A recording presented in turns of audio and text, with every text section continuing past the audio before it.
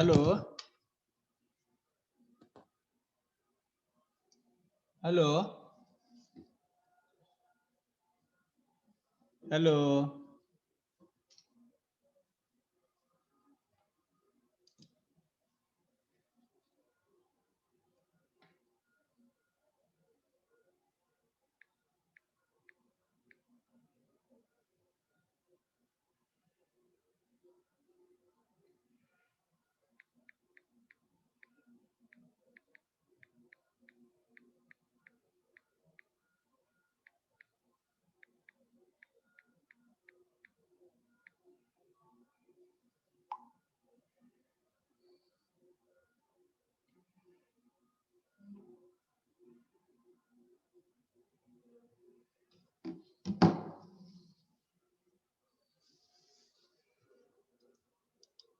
Good morning sir. Good morning. और बाकी लोग कहाँ गया सब? तुम अकेले ज्वाइन की हो? सर आ रहे हैं, अभी तो जस्ट 11 बजे। सर हम लोग का फीड डाइजेस्टिबिलिटी अभी पूरा कंप्लीट कहाँ हुआ? अभी सिर्फ डायरेक्ट मेथड ही हम लोग कंप्लीट किए हैं अभी तक। और डायरेक्ट मेथड हो गया। इनडायरेक्ट मेथड में भी कुछ नहीं है ना। इनडायरेक्ट मेथड में जो है हम लोग जो है सिर्फ माइनस करते हैं ना, फिर मटेरियल को हम सर एक लोग बार मतलब तो सर एक बार डायरेक्ट मतलब उसको मतलब डायरेक्ट इनडायरेक्ट मेथड क्या होता है, जैसे हम लोग जो है पास्चर वगैरह में करना है या कहीं करना है तो हम लोग जो है वो इंडिकेटर वगैरह यूज करके हम लोग करते हैं वो सब। तो इनडायरेक्ट मेथड में कुछ है नहीं ज्यादा। डायरेक्ट मेथड जो इन विवो मेथड है ना, और नाइलॉन बैग है ना, हम्म इन विट्रो, ये तीन वेरी हम्म इंपॉर्टेंट है। और ये जो तो जो सर वो एक बार एक्सप्लेन कर देते ना सर, वो शॉर्टली एक्सप्लेन हम लोग का। अच्छा ठीक है, आज तो हम ये पढ़ा देंगे, फिर बीच में वो देख लेंगे। फैक्टर्स अफेक्टिंग फीड डाइजेस्टिबिलिटी आज हम लोग सर कवर और करेंगे। सर लास्ट क्लास का पीपीटी भी सर नहीं हुआ, मिला है हम लोग को अभी तक। पीपीटी जो पढ़ा रहा हूँ ना, एक ही पीपीटी है। इसको लास्ट में जब खत्म होगा तो इसी को मैं भेज दूंगा। ठीक है, व्हाट्सएप पे ओके भेज दूंगा। Okay sir. ठीक है, हाँ। ठीक है। सबको बोलो ज्वाइन करने। अभी 3 ही लोग ज्वाइन किए हैं तो ज्वाइन करने देते हैं 5-7 मिनट, उसके बाद हम लोग बात करेंगे। ठीक है, ओके सर। हाँ हाँ, ज्वाइन करने दो, 5-7 मिनट ज्वाइन करने दो सबको। कितने लोग ज्वाइन करते हैं लगभग? ऑलमोस्ट 30। तो चलो, अभी तो 8-9 लोग हैं। ज्वाइन करने दो, तब तक मैं थोड़ा सा कुछ काम कर रहा हूँ, कर लेता हूँ। ठीक है, ओके सर। ठीक।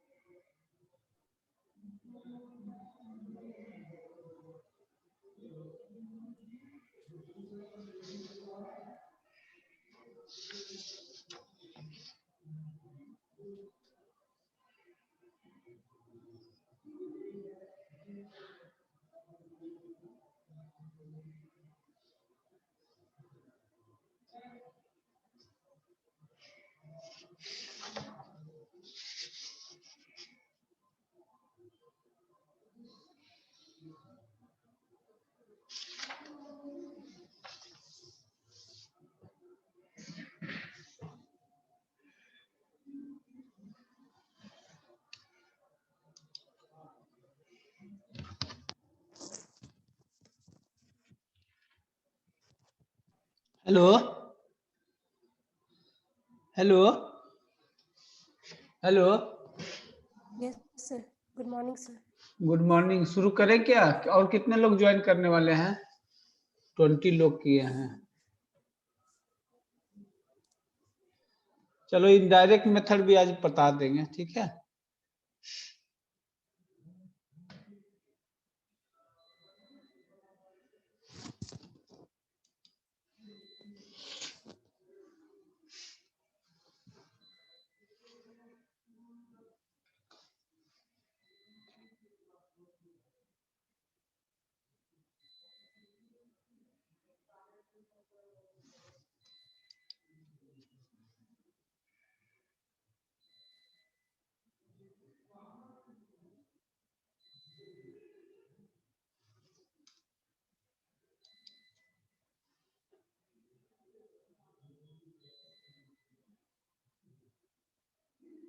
और कितने लोग ज्वाइन करेंगे? Hello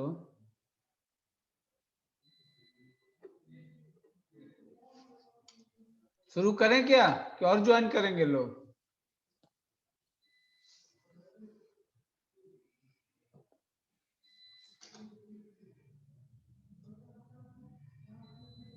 can be start? Hello yes sir. Can be start कि और ज्वाइन करेंगे?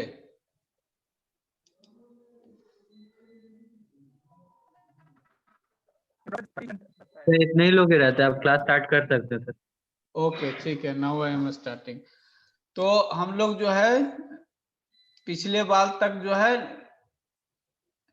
डायरेक्ट मेथड ऑफ डाइसिबिलिटी हम लोगों ने डिस्कस किया था। अब जो है इनडायरेक्ट मेथड ऑफ डाइसिबिलिटी हम लोग डिस्कस करेंगे। तो इनडायरेक्ट मेथड ऑफ डाइसिबिलिटी में हम लोग क्या करते हैं कि डिफरेंस जो होता है उसको सिंपली जो है हम लोग कैलकुलेट कर देते हैं। उसमें जो है दो तरह का मार्कर यूज करते हैं, internal marker and external marker.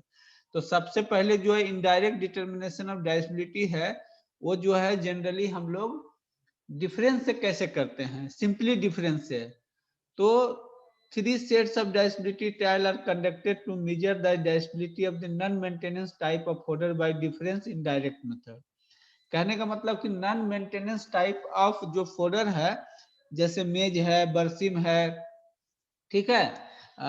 अगर मान लीजिए हम लोग ट्रायल जो है ग्राउंड नट केक पे लगाते हैं, तो उसमें जो है हम लोग कितना इनटेक किए हैं और कितना आउट गो हुआ, उसके डिफरेंस को ही जो है हम लोग डाइसिबिलिटी निकालते हैं, ठीक है ना। उसके डिफरेंस, तो ये सिंपल मेथड ऑफ डाइसिबिलिटी है जिसमें digestibility trial of maintenance type of fodder for the determination of digestibility coefficient.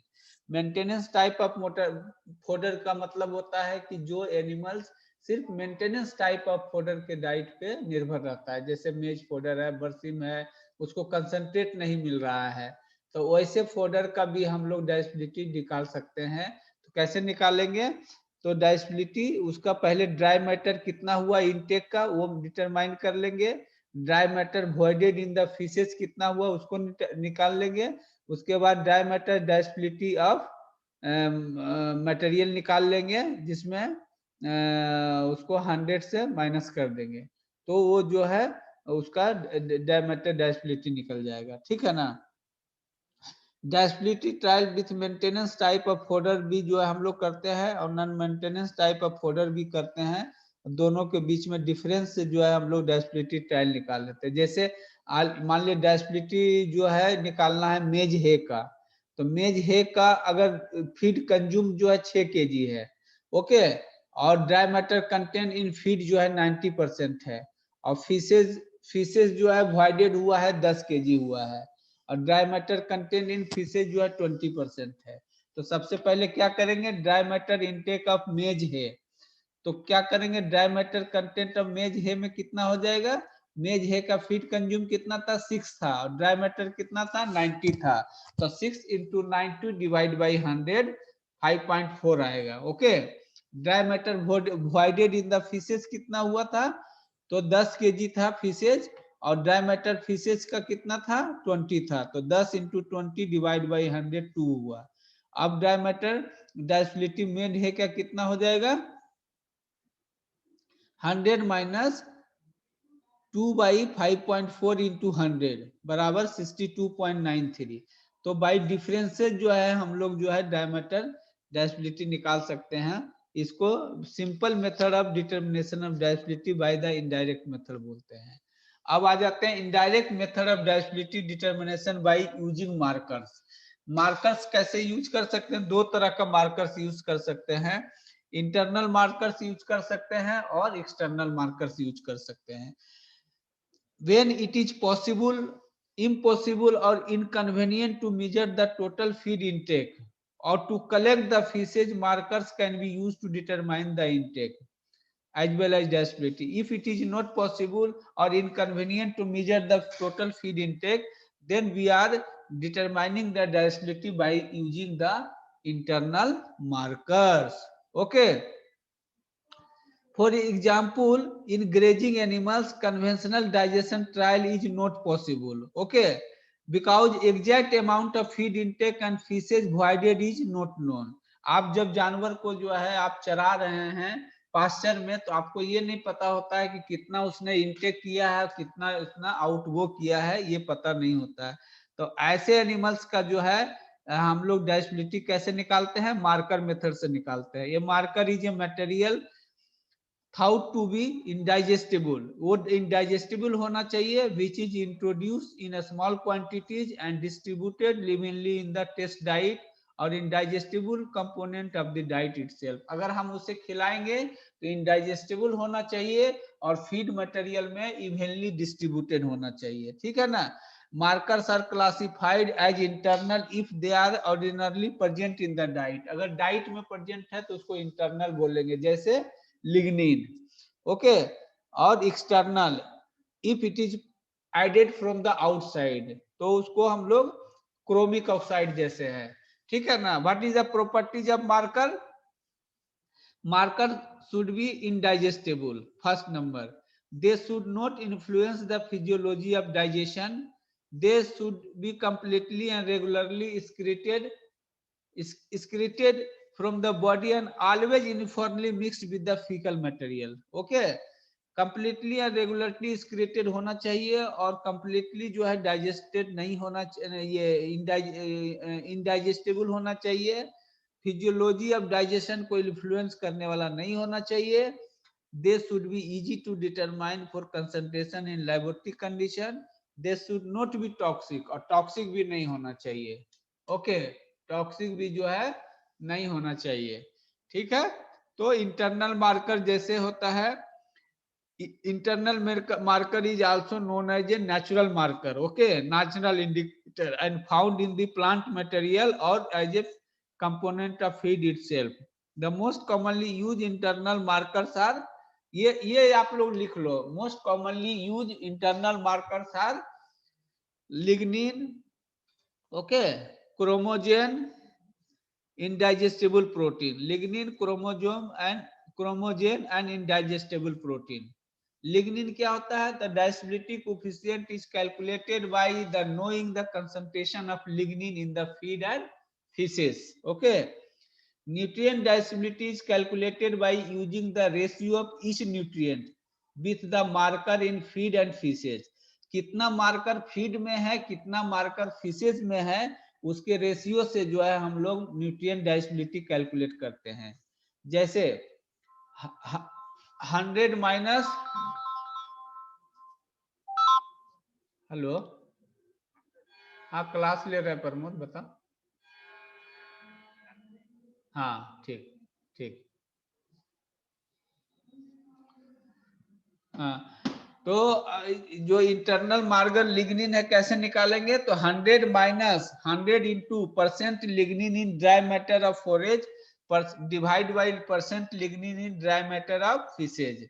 So digestion coefficient of a nutrient is equal to 100 minus 100 into percent lignin in feed into percent nutrient in faeces divide by percent lignin in faeces into percent nutrient in feed. इस तरह से जो है marker का ratio निकाल करके हम लोग जो है वो निकालते हैं। उसी तरह से क्रोमोजोम, हाँ बताइए। पीपीटी आगे नहीं बढ़ रहा है या फिर यही एक स्लाइड है? नहीं, ये स्लाइड में इनडायरेक्ट मेथड लिखा हुआ नहीं है, तो इनडायरेक्ट मेथड जो है हम उसको आपको हम डिस्क्राइब कर रहे हैं, ठीक है ना। डायरेक्ट मेथड जो है इन विवो मेथड हमने पढ़ा दिया है, नाइलर बैग टेक्निक भी पढ़ा दिया आप लोग को, इन विट्रो मेथड भी पढ़ा दिया है, लेकिन इनडायरेक्ट मेथड ऑफ डाइजेस्टिबिलिटी जो है छूटा हुआ था, तो उसी को मैं एलोबरेट कर रहा हूँ, क्योंकि इनडायरेक्ट मेथड में कुछ ज्यादा है नहीं, सिंपली हम लोग माइनस करके डिफरेंस से जो है उसको निकालते हैं, और इंटरनल मार्कर्स और एक्सटर्नल मार्कर्स का भी यूज करते हैं। इंटरनल मार्कर्स जो है जिसमें जैसे लिग्निन है, क्रोमोजेम है, क्रूड प्रोटीन है, ये सब जो है इंटरनल मार्कर्स है, जिसके द्वारा जो है हम लोग डाइजेस्टिबिलिटी निकालते हैं, ठीक है ना। एक्सटर्नल मार्कर जैसे क्रोमियम ऑक्साइड है, जो फीड का पार्ट नहीं होता है, वो बाहर का पार्ट होता है, उसके द्वारा हम लोग निकालते हैं, क्योंकि जो एनिमल्स ग्रेजिंग कर रहा है, पास्चर कर रहा है, उसका इंटेक कितना है, आउट गो कितना है, ये हमें पता नहीं होता है। तो ऐसे एनिमल्स का डाइजेस्टिबिलिटी निकालने के लिए हम लोग इनडायरेक्ट मेथड ऑफ डाइजेस्टिबिलिटी करते हैं। तो इतना हमें इलोबरेट करना था, इसलिए मैंने कर दिया, इसीलिए स्लाइड नहीं बढ़ रही है। समझ में आया? Hello, yes sir, yes sir, yes sir. क्या नाम है तुम्हारा? सचिन सर, सचिन। सचिन, हाँ हाँ, ठीक है। अब हम अब इस पे आते हैं, factors affecting the feed digestibility. Factors कौन कौन से फैक्टर्स है जो फीड डाइजेस्टिबिलिटी को जो है अफेक्ट करता है? तो पहला तो है एनिमल फैक्टर्स। एनिमल फैक्टर्स में कौन कौन सा आ जाएंगे? Species of animal, species of animals, processing of feed grains, work of the animals, individuality of the animals, level of the feeding of the animals। और ये बहुत ही इंपॉर्टेंट है, इसको आप लोग नोट करके रखना, क्योंकि ये एग्जाम में आ सकता है, ठीक है ना। फैक्टर्स अफेक्टिंग फीड डाइजेस्टिबिलिटी, ये सब पढ़ के रखना आप लोग। तो एनिमल फैक्टर्स में जो है स्पेसीज ऑफ एनिमल है, तो स्पेसीज ऑफ एनिमल जैसे आप जो है कोई भी स्पेसीज यूज करेंगे, जैसे कांकरेज यूज करेंगे, थारपारकर यूज करेंगे, जर्सी यूज करेंगे, है ना। एनिमल्स में अगर आप गोट यूज करेंगे, है ना, गोट में ब्लैक बंगाल यूज करेंगे, डिफरेंट ब्रीड यूज करेंगे, तो उसका जो है डाइजेस्टिबिलिटी डिफर करेगा, क्योंकि सबकी जो डाइजेस्टिबिलिटी जो है अलग होती है, हर ब्रीड की अलग होती है। हरियाणा कैटल ब्रीड अगर आप यूज करेंगे तो उसकी डाइजेस्टिबिलिटी अलग होगी, जर्सी यूज करेंगे तो उसकी डाइजेस्टिबिलिटी अलग होगी। तो डाइजेस्टिबिलिटी जो है स्पेसीज ऑफ एनिमल पे भी डिपेंड करता है, ठीक है ना। क्योंकि प्रत्येक स्पेसीज का जो है इंटेक कैपेसिटी जो है डिफरेंट होता है। अगर इंटेक कैपेसिटी डिफरेंट होगा तो उसकी डाइजेस्टिबिलिटी भी डिफरेंट होगी। जिसकी इंटेक कैपेसिटी ज्यादा होगी उसकी डाइजेस्टिबिलिटी ज्यादा होगी, जिसकी इंटेक कैपेसिटी कम होगी उसकी डाइजेस्टिबिलिटी कम होगी। ओके, तो species of animal is very important, whether you are selecting the goat, buffalo, cattle.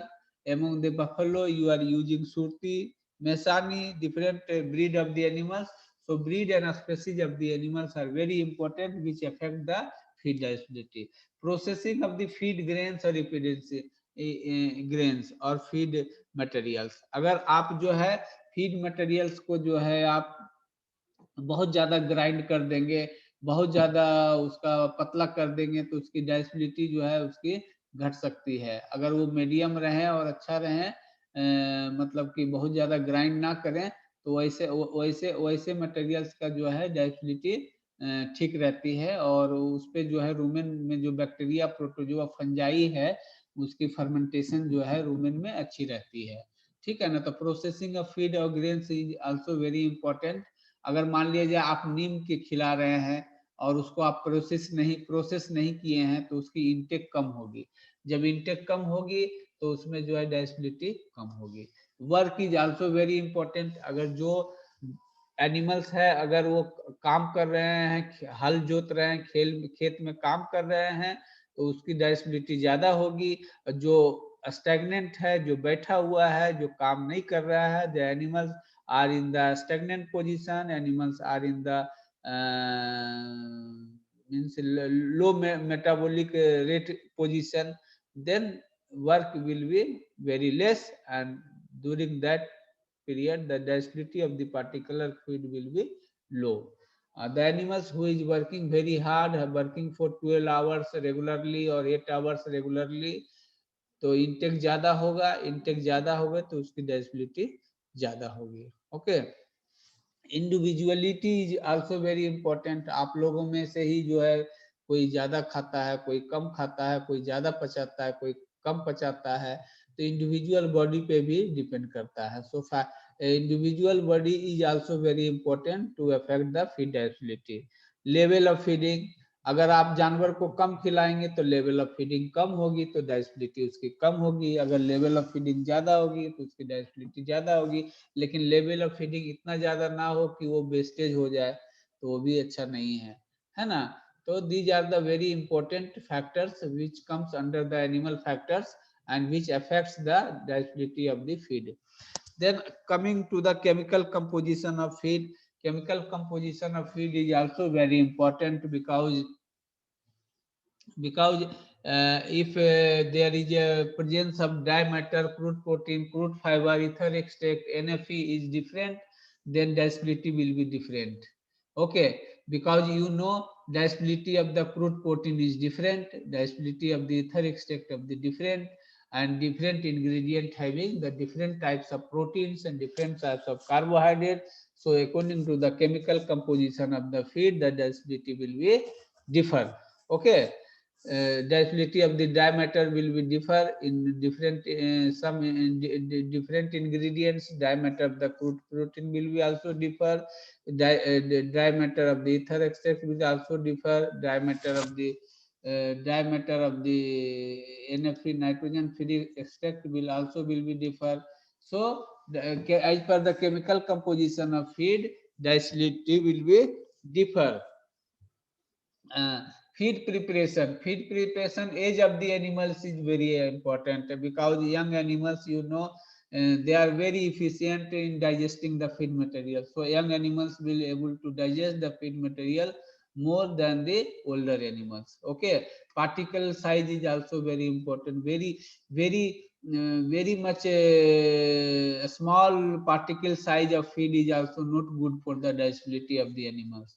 Ration composition is very important, like carbohydrate, lipids, minerals. Okay, minerals have no digestibility because it is a reabsorbed in the system. Okay, so carbohydrate is having different digestibility, lipids having different digestibility. So ration composition is also very important for the factors affecting the feed digestibility.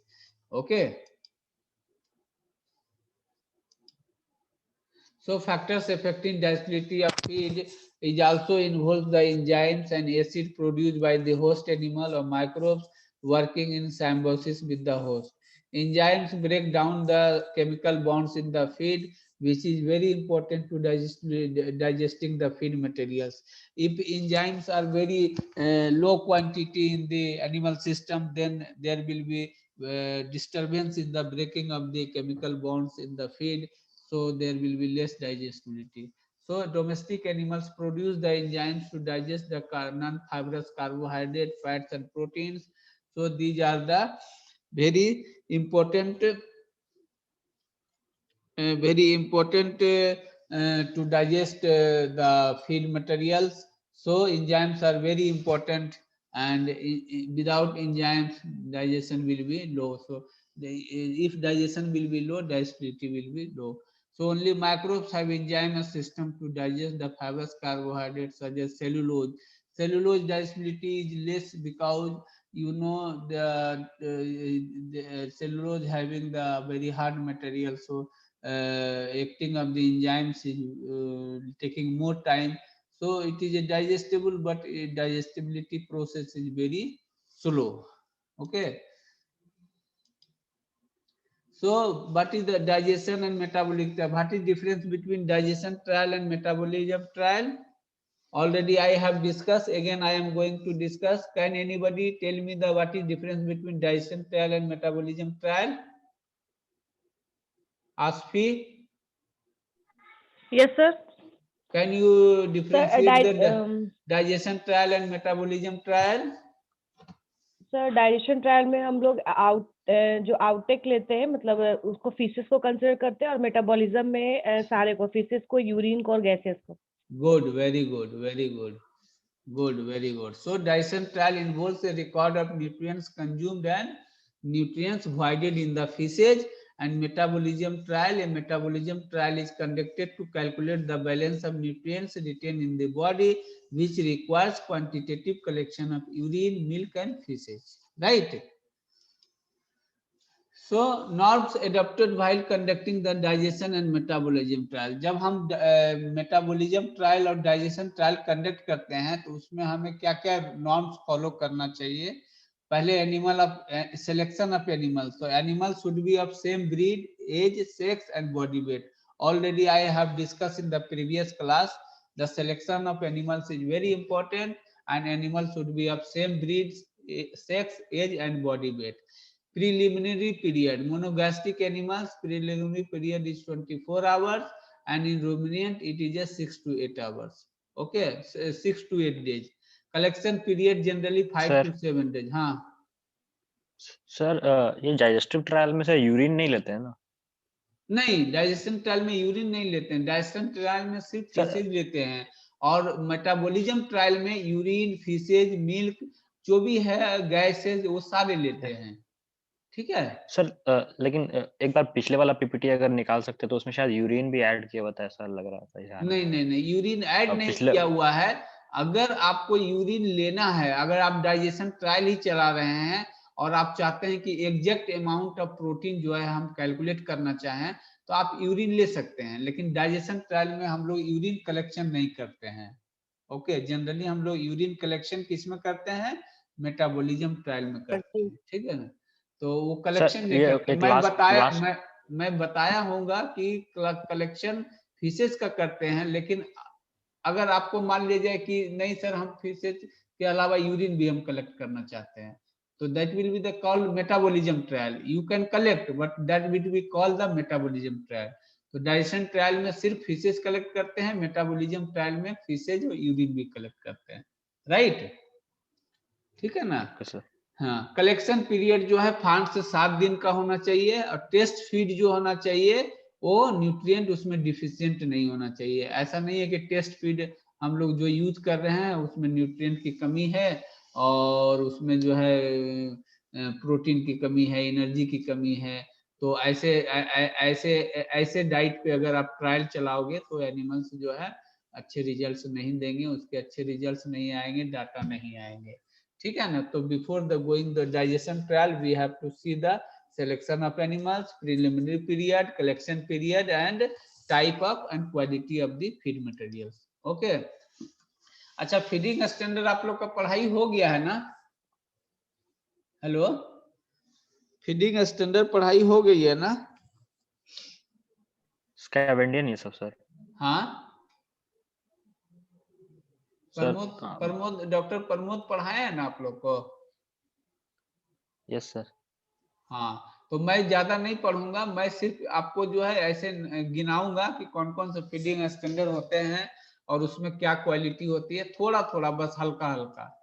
तो feeding standard क्या है? Feeding standards are statements of the amounts of nutrient required by the animals. German workers were responsible for early development of feeding standard for farm animals.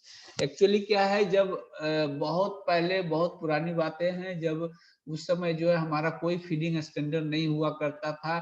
हमें किस जानवर को कितना खिलाना है, कितना प्रोटीन देना है, कितना क्रूड प्रोटीन देना है, कितना फाइबर देना है, कितना एनर्जी देना है, ये सब कुछ भी जानकारी नहीं होता था.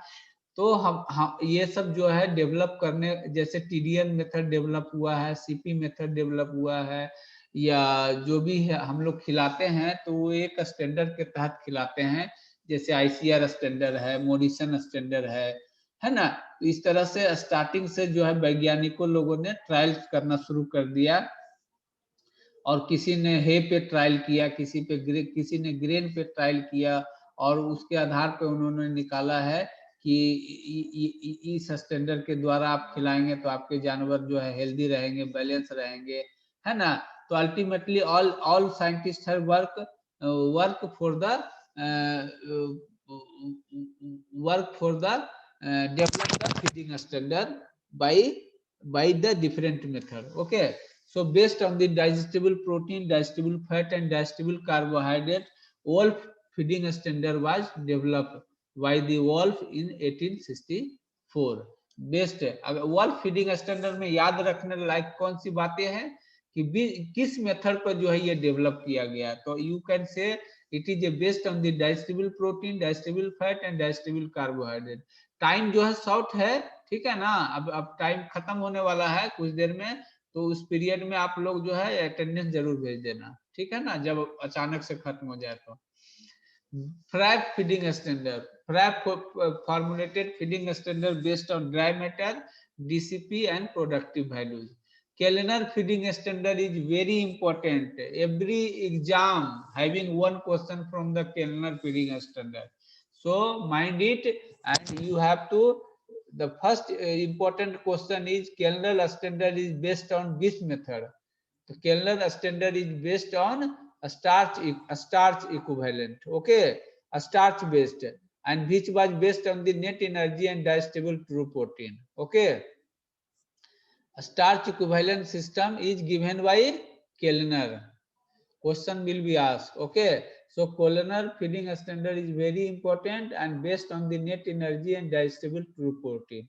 Likewise, Morrison feeding standard, all Indian standard are originated from the Morrison feeding standard. This is also one of the important question they will ask in the exam. From which feeding standard Indian feeding standard has been developed? Then you can tell from the Morrison feeding standard, Indian feeding standard has been developed. So Morrison feeding standard was developed in the 1915 based on the dry matter, DCP and TDN. Can anybody tell the what is the TDN? मैं तो TDN बोल रहा हूं, लेकिन क्या है TDN, कोई बताएंगे? आसफी बताओ, तुम ही बता रही हो। Total digestible nitrogen. हैं? टीडीएन क्या है? What is TDN? टीडीएन किस चिड़िया का नाम है, बताइए आप लोग। Total digestible nitrogen. Total digestible nitrogen गलत है। और कोई एनीबॉडी? टोटल डाइजेस्टेबल न्यूट्रिएंट होता है सर, टोटल डाइजेस्टेबल न्यूट्रिएंट। हाँ, टोटल डाइजेस्टेबल न्यूट्रिएंट, राइट। तो टोटल डाइजेस्टेबल न्यूट्रिएंट में क्या क्या आता है ये बताइए। Digestible fibre, lipid, carbohydrate. हाँ, वो तो एकदम सही है, लेकिन आप फार्मूला में कैसे उसको सेट करेंगे? तो फार्मूला में कैसे करेंगे? तो TDN equal two percent TDN equal two percent DCP। Percent DCP मतलब हुआ परसेंट डाइजेस्टिबल क्रूड प्रोटीन। इसमें जो भी पार्ट जुटेगा वो डाइजेस्टिबल पार्ट जुटेगा, ठीक है ना। तो percent digestible crude protein, percent digestible crude fibre, percent digestible ether extract, percent digestible NFE, okay, ये सारे जोड़ करके जो है TDN होगा।